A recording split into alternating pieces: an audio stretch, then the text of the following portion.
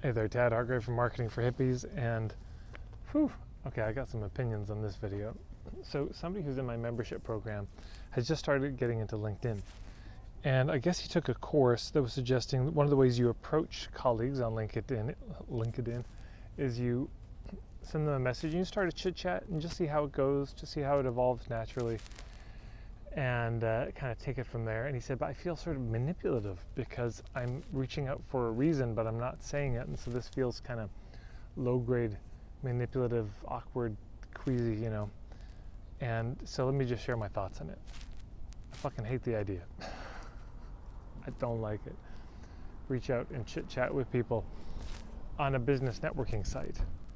People are busy. People are really busy. I don't understand the logic of it. But let's look at this another way. Fundamentally, when we approach people, and this could be for business, this could be for dating, this could be as friends, this could be in a lot of contexts, there are basically two ways you can approach, two different types of approaches. The first is what you'd call the direct approach, and the second is the indirect approach. So the direct approach is, I don't know, you're at a festival, you see some people you think are cool, and you just walk up and you say, you guys, y'all seem cool. Where are you from? Oh man, I want to roll with you. That's a fairly direct approach.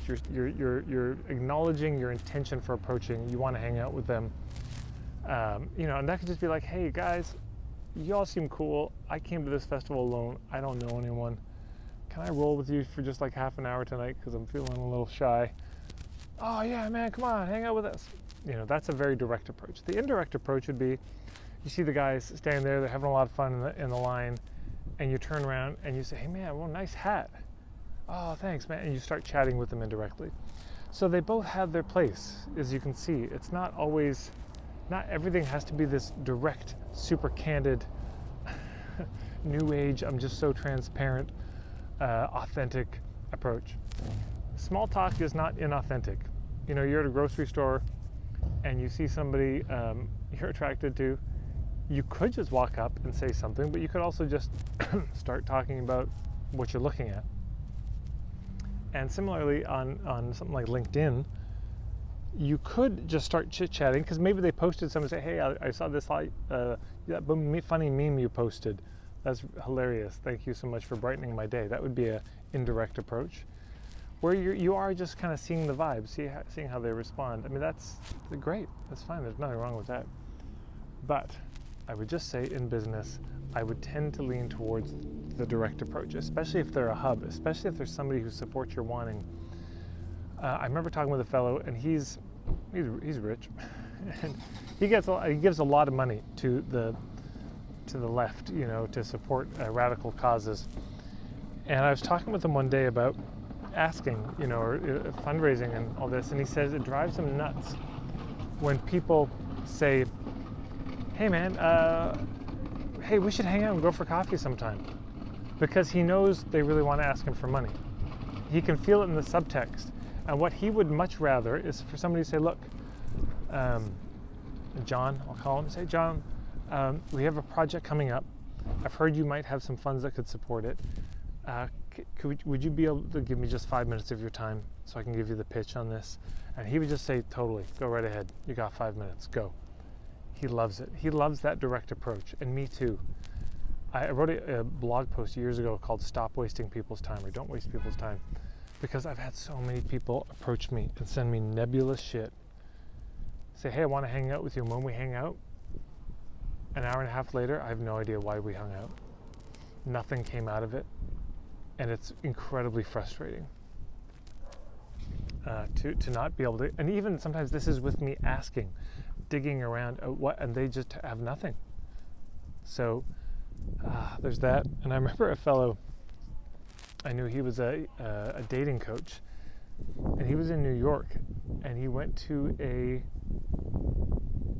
department store, and he saw the woman at the perfume counter, thought she was beautiful, and he just went up to her. I think they started chatting a bit.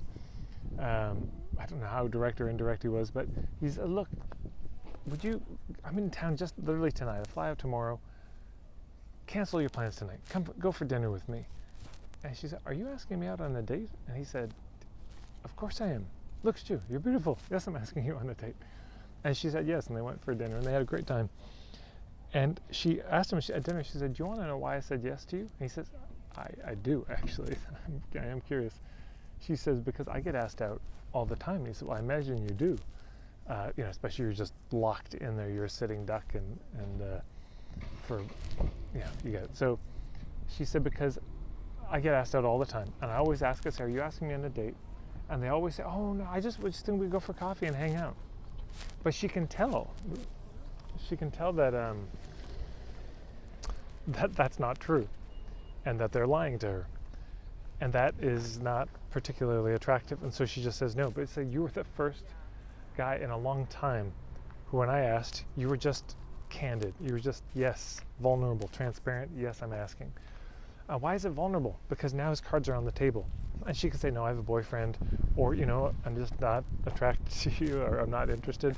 It's a vulnerable thing to put one's cards, formally on the table like this. But he did, and she said yes, and they had a wonderful night. So you can be direct or you can be indirect. But in the case of something like LinkedIn, I would favor an approach that's something a little more in the order of, hey, I do this kind of work. I saw you do this work. I had this idea that maybe there might be some kind of collaboration that could happen. I don't know. Or I'd be curious about your take on this, or would you be open to a conversation about that? Or hopefully that makes sense. You try to see, and because if you can't think of any reason directly that you're approaching them, why are you approaching them? But it might be, hey, I saw you had this podcast. I don't know if you're looking for guests, or hey, I saw that you help people with this issue, and I help people with that issue too. Or we both work with the same kind of target market, and I'm curious, could you tell me more about what you do and who your ideal clients are? Because I often need to refer out. If there's no reason that you could tell them that you're approaching them, why are you approaching them in the first place? It's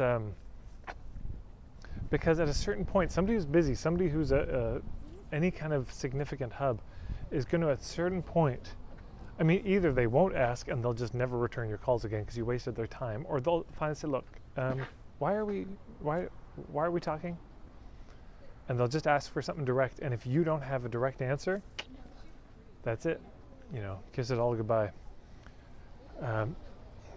Candor and directness are undervalued, I think, in marketing. A woman, Lynn Serafin, wrote a book about this called The 7 Graces of Marketing, and one of them was directness, just being direct with people. And part of the reason we're not direct, I think, is because we're ashamed. We're ashamed of marketing. We feel like we're doing something wrong by reaching out to something. I can't tell you how many people on the dating front, and men in particular, feel like there's something wrong in saying hello to a woman they're interested in. How many holistic practitioners might feel it wrong to approach a hub in some way, to say, to explore some business collaboration. How many of us as kids felt like it was wrong to approach other kids on the playground? Like, oh gosh, I should just play alone. And thankfully, a lot of kids can get over that. But we just feel like there's something, like marketing is bad. And thus you see all those things in marketing that are ninja marketing, stealth marketing, how to hack your customer's brain. They'll never even know all these stealth, hidden, covert tactics, where the key feature of it is they'll never know you're doing it. But to me, the question is, why would you want to hide it? Like, what is that coming from? That you feel like you can't just be open.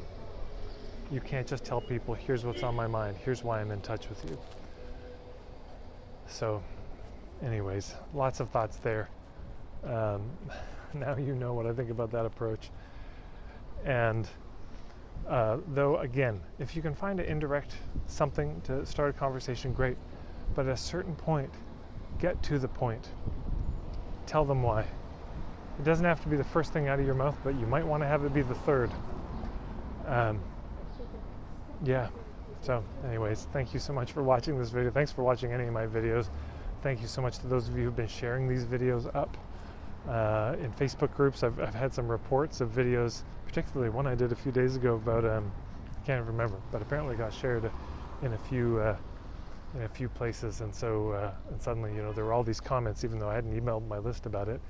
So when you do that, it does help. Otherwise, they just sit lonely on YouTube for the rest of my days. So thank you for that, and thanks for everyone who subscribed to my YouTube channel. The numbers do seem to keep going up. It's been wonderful and heartening to see that. Marketingforhippies.com, my website. I'm on Facebook. Please put any questions or comments below. And I think that's it.